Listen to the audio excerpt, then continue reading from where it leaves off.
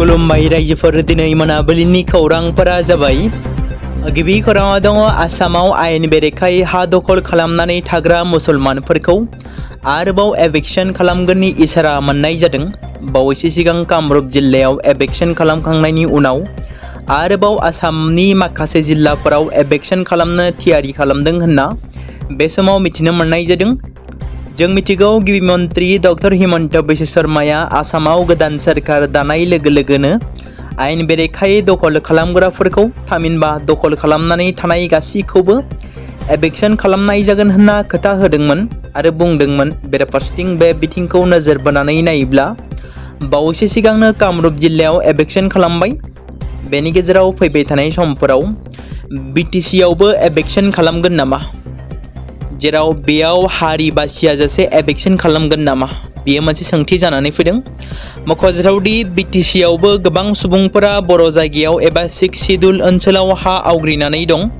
बर' एबा ट्राइबेलफोरनि अनगायै माखासे माइनरिटि हारिनि गोबां सुबुंफोरखौ एभिक्शन खालामनांगौनि दाबिजों थांनाय माखासे सान सिगांनिफ्रायनो बिटिसि सोरखार आरो बिटिसि हाग्रा बिफानखौ खावलायबोबाय थादों, आर'जलाइ होबोदों बड'लेण्ड जनजाति सुरक्षा मन्चनि आफादगिरि दावराव देख्रेब नार्जारिया, जेराव बिथाङा गले गले खावलायबोदों आरो जुदि एभिक्शन खालामाब्ला धरना हाबाफारि खालामगोन होननानै बिथाङा बुंदोंमोन। नाथाय बिटिसियाव माब्ला एभिक्शन खालामगोन बेखौ उननि समासो फोरमायसिगोन। गेजेर सानजायाव दावहा जानाय एबा दावहानि फिथाइ महरै थावनि बेसेना भारतआवल' बाङाखै। भारतनि नसुङारि हादोर पाकिस्तान आरो नेपालजों रुजुनानै भारतआव थावनि बेसेना जोबोद खम जादों। थावनि आंखालनि उनाव पाकिस्तानाव बावैसो पेट्रलनि बेसेना लिटारसेयाव 445 रां आरो डिजेलनि बेसेना लिटारसेयाव 409.78 रांसिम सहैबाय। एलपिजिआ किल'ग्रामाव 303.81 रांसिम सहैबाय। नेपालाव लिटारसेयाव पेट्रलनि बेसेना 215 रांनिबो बारा जाबाय आरो माखासे दिपुफोराव 250 रांसिम थांदों। बेबायदिनो म्यानमारावबो थावनि आंखाला बांसिन जादों आरो गिख्रंथाव महर लादों। पेट्रल पाम्पफोराव गारिफोरनि गोलाव सारि जानायखौ नुनो मोन्दों। जायगानि खौरां बिजोंफोरनि बायदिब्ला म्यानमाराव थावनि आंखालनि मोनसे बाहागोआ गाज्रिसिन महर लादों, मानोना माखासे सुबुंफोरा नांगौनिफ्राय बांसिन थाव बायनांगासिनो दं। खाफाल मोजांदि एयार इन्डियानि मोनसे गिख्रंथाव जाथायाव रावबो सुबुंनि जिउ खहा जायासै। मख'नो गोनां बाथ्रा दि फिन आरोबाव बावैसो सिगां एयार इन्डियानि गुबुन मोनसे बिरखंनि इन्जिनाव अर खामदोंमोन। खाफाल मोजां होननानै बुंनांगोन, पाइलटनि सोलोनि थाखाय बिसोरो बिरखंखौ रैखाथियै गाहायाव लाबोनो हादोंमोन आरो बेनिफ्राय गासैबो दावबायारिफोरखौ दिहुननो हादोंमोन। बे जाथाया बेंगालुरुनिफ्राय दिल्लीसिम फैबाय थानाय फ्लाइटआव जादोंमोन, जेब्ला बिरखंआ लेन्डिं खालामनो नाजादोंमोन। बेनि सिगांनो अर नांदोंमोन आरो बेनि उनाव हरखाबनो सालायग्रा हान्जाया बिरखं बिफाननि बिबानगिरिनो खौरां हरो। एयारलाइननि बायदिब्ला एयार इन्डियानि पाइलट थामहिनबा फ्लाइट नाम्बार AI2802 आ दिल्ली सहैनायनि एसे सिगां क्रू मेम्बारनि इन्जिनाव अर खामनायनि खौरां मोनो। बेनि उनाव नेमखान्थिखौ फालिनानै पाइलटफ्रा बिरखंखौ रैखाथि गाहायाव लेन्डिं खालामनो हायो। मणिपुरनि लामदेंआव गोबां बिबांनि हाथियार बोखांदों। गं 60 हाथियारजों लोगोसे जुद्धआव बाहायग्रा बेफ्रुसारग्रा बेसादफोरखौ बोखांनो हादों पुलिस बिफाना। मणिपुराव आयेन बेरेखा हाथियारनि फालांगि आरो उदखारि हान्जानि हेंथायै मोनसे जथाय अपारेशन खालामदोंमोन आरो बे गेदेर रैखाथि हान्जानि अपारेशनाव गेदेर जाफुंसार जानो हादों, जेराव अपारेशनाव गोबां बिबांनि गोदान मुगानि हाथियार, बेफ्रुग्रा मुवा आरो बायदि बायदि मुवा बेसादफोर बोखांनो हादों। मणिपुर पुलिसा फोरमायनाय बायदिब्ला मोनसे स्रोत सुलुंनि सायाव बिथा खालामनानै मणिपुर पुलिसा लामसां पुलिस थानानि सिङाव थानाय लामदें ओनसोलाव मोनसे स्पेशेल अपारेशन जागायदोंमोन। अपारेशननि समाव UNLF नि सानै मावथि केडारफोर हेसनाम तमा सिं, जाय 29 बोसोर बैसोनि, आरो आरमबाम टमटम सिं, 29 बोसोर बैसोनि सुबुंखौ हमनाय जायो। बेनिफ्राय मायांग इम्फल कक्सायाव थानाय हेसनाम तमा सिंनि न'निफ्राय गंसे इंचास LMG, गंथाम इंचास LMG मेगजिन आरो गं 14 गोथां गुलिफोर बोखांनो हायो। बेजों लोगोसे गोबांथार हाथियारफोरखौ बोखांनो हाबावनाय जादों। मिथिनो मोननाय बायदिब्ला गोबांथार AK-47 हाथियारखौ बोखांनो हानायाव जाफुंसार जानो हादों।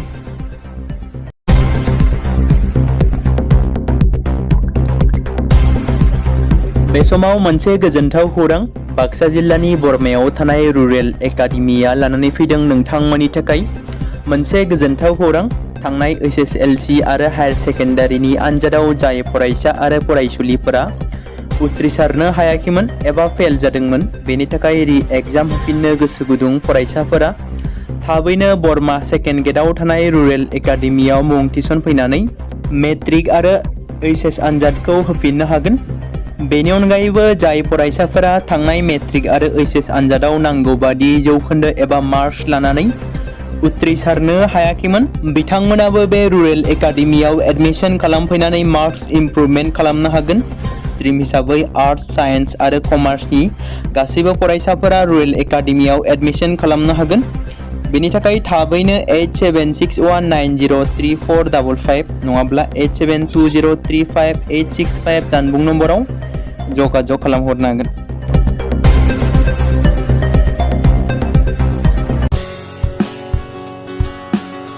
बे समाव मोनसे गोजोनथाव खौरां क'क्राझार जिल्लानि सिङाव थानाय बड'लेण्ड एकाडेमि सेनियर सेकेन्डारि स्कुला लानानै फैदों BTC हालामनि थाखाय मोनसे गोजोनथाव खौरां। 2026 आरो 2027 सोलोंथाइ बोसोरनि थाखाय क'क्राझार तिनिआलिनि हल्टुगाव आउटपस्टआव थानाय बड'लेण्ड एकाडेमि सेनियर सेकेन्डारि स्कुला फार्स्ट इयारनि थाखाय प्रि एडमिशन एबा जेबो बेसेन होनाङालासे मुं थिसननाय आरो फर्म गथायनाया दासान्दि सोलिगासिनो दङ आरो बेनि गेजेराव देग्लायनि मेट्रिक आनजादाव 100आव 75 जौखोन्दोनि गोजौआव जौखोन्दो लानानै उथ्रिसार जानो हानाय साबा फरायसा एबा बिजाथिफोरनि थाखाय आबुङै जेबो बेसेन होनाङालासे मुं थिसननो आरो फरायनो थाखाय खाबु होनाय जादों आरो बेनि अनगायैबो बोसोरै फरायसा आरो फरायसुलिफोरखौ लानानै EBS ट्रिप एबा सोलोंथायारि दावबायनायखौ लानाय जायो। मख'जाथावदि बे बड'लेण्ड एकाडेमि सेनियर सेकेन्डारि स्कुलाव आर्ट्स स्ट्रिमनि थाखाय आयदा हिसाबै इंलिश, ML बड', political science, education, history, economics, advance बड' गासैबो आयदाखौ मोननो हागोन आरो बे सेकेन्डारि स्कुलाव इंराजि आरो बर' बिजोङा थागोन। मोजां सोलोंथाइ लानायनि अनगायैबो बड'लेण्ड एकाडेमि सेनियर सेकेन्डारि स्कुलाव उफ्रा सोलोंथाइ हिसाबै एनभायरनमेन्ट, फिल्ड स्टाडि बायदिखौ लानानै सोलोंथाइ लानो हागोन। बेनि अनगायैबो बे फरायसालियाव हौवासा आरो हिन्जावसाफोरनि थाखाय आलादा आलादायै हस्टेलनि खाबुफोर होनाय जादों। बेनि थाखाय नोंथांमोना आबुङै मिथिबावनो थाखाय एबा थोंजोङै फोनांजाब खालामहर 9101488399 जानबुं नम्बराव।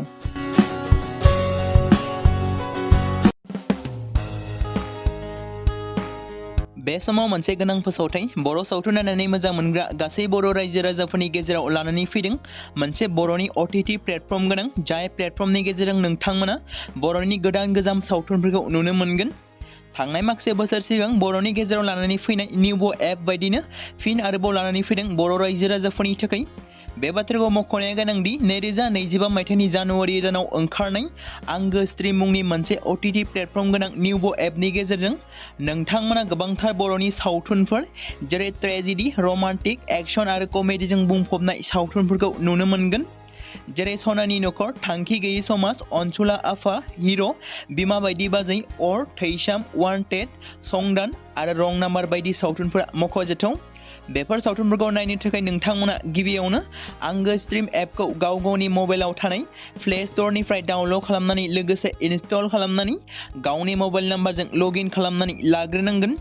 बेनि उनाव नोंथांमोना गोबांथार नुनो मोनै सावथुनफोरखौ गुगोल पे, फन पे आरो पेटिएमजों रं नाम्बार सावथुनखौ नायनो थाखाय 60 रां आरो संदान सावथुनखौ नायनो थाखाय 80 रां, वान्टेड सावथुनखौ नायनो थाखाय 60 रां, थैसाम सावथुनखौ नायनो थाखाय 60 रां बेबायदिनो गोबांथार नुनो मोनै सावथुनफोरखौ नायनो थाखाय सुबिदा खालामनानै होदों आंगो स्ट्रिम प्लेटफर्मा। फिन नोंथांमोननि गेजेराव फोरमायबावनो लादों बर' सावथुन नायनानै मोजां मोनग्रा गासै बर' रायजो राजाफोरनि गेजेराव लानानै फैदों मोनसे बर'नि OTT प्लेटफर्म गोनां, जाय प्लेटफर्मनि गेजेरजों नोंथांमोना बर'नि नुनो मोनै सावथुनफोर जेराव गोदान गोजाम सावथुनफोरखौ नुनो मोनगोन। बे बाथ्राखौ मख'नाया गोनांदि 2025 मायथाइनि जानुवारि दानाव दिहुनजानाय आंगो स्ट्रिम मुंनि मोनसे OTT प्लेटफर्म गोनां एपनि गेजेरजों नोंथांमोना गोबांथार बर'नि ट्रेजेडि, रमान्टिक, एक्सन आरो कमेडिजों बुंफबनाय सावथुनफोरखौ नुनो मोनगोन। जेरै रं नाम्बार, संदान, वान्टेड, थैसाम, अर, बिमा बायदि बाजै, हिर', अनसुलाफा, थांखि गैयि समाज, सनानि नखर बायदि बायदि सावथुनफ्रा मख'जाथाव। बेफोर सावथुनफोरखौ नायनो थाखाय नोंथांमोना गिबियावनो आंगो स्ट्रिम एपखौ गावनि मबाइलाव थाखानाय प्ले स्ट'रनिफ्राय इनस्टल खालामनानै गावनि मबाइल नाम्बारजों लगइन खालामखांनायनि उनाव नोंथांमोना गोबांथार नुनो मोनै सावथुनफोरखौ गुगोल पे, फन पे आरो पेटिएमजों रं नाम्बार सावथुनखौ नायनो थाखाय 60 रां, संदान सावथुनखौ नायनो थाखाय 80 रां, वान्टेड सावथुनखौ नायनो थाखाय 60 रां, थैसाम सावथुनखौ नायनो थाखाय 60 रां, बेफोरबायदिनो अर सावथुनखौ नायनो थाखाय 60 रां पे खालामनांगोन। बेबायदिनो गोबांथार नुनो मोनै बर' सावथुनफोरखौ नायनो थाखाय सुबिदा खालामनानै होदों आंगो स्ट्रिम प्लेटफर्मआ। बे समाव मोनसे गोजोनथाव खौरां, बिटिसि हालामनि रायजो राजाफोरनि थाखाय मोनसे गोनां फोसावथाय। क'क्राझार जिल्लानि सिङाव थानाय बड'लेण्ड एकाडेमि सिनियर सेकेन्डारि स्कुला लानानै फैदों गोजोनथाव खौरां। बड'लेण्ड एकाडेमि सिनियर सेकेन्डारि स्कुला 2026 आरो 2027 सोलोंथाइ बोसोरनि थाखाय लानानै फैदों नार्सारिनिफ्राय लानानै थाखो 9 सिम फरायसा आरो फरायसुलिफोरनि गुन गोनां सोलोंथाइनि थाखाय खम बेसेनावनो गोदानै मुं थिसननायनि खाबुखौ होगासिनो दं।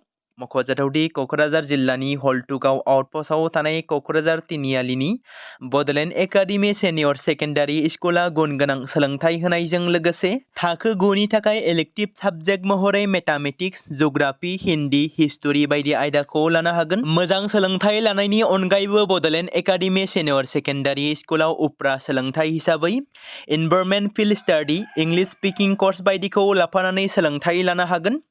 बेनि अनगायैबो गोजान लामा हान्थिनानै फरायग्रा फरायसा फरायसुलिफोरनि थाखाय आलादायै मोजां हस्टेलाव थानानै फरायनो हानायनि खाबुफोर होनाय जादों। बेनि थाखाय नोंथांमोना आबुङै मिथिबावनो थाखाय एबा थोंजोङै फोनांजाब खालामहर 9101 488 399 जानबुं नम्बराव।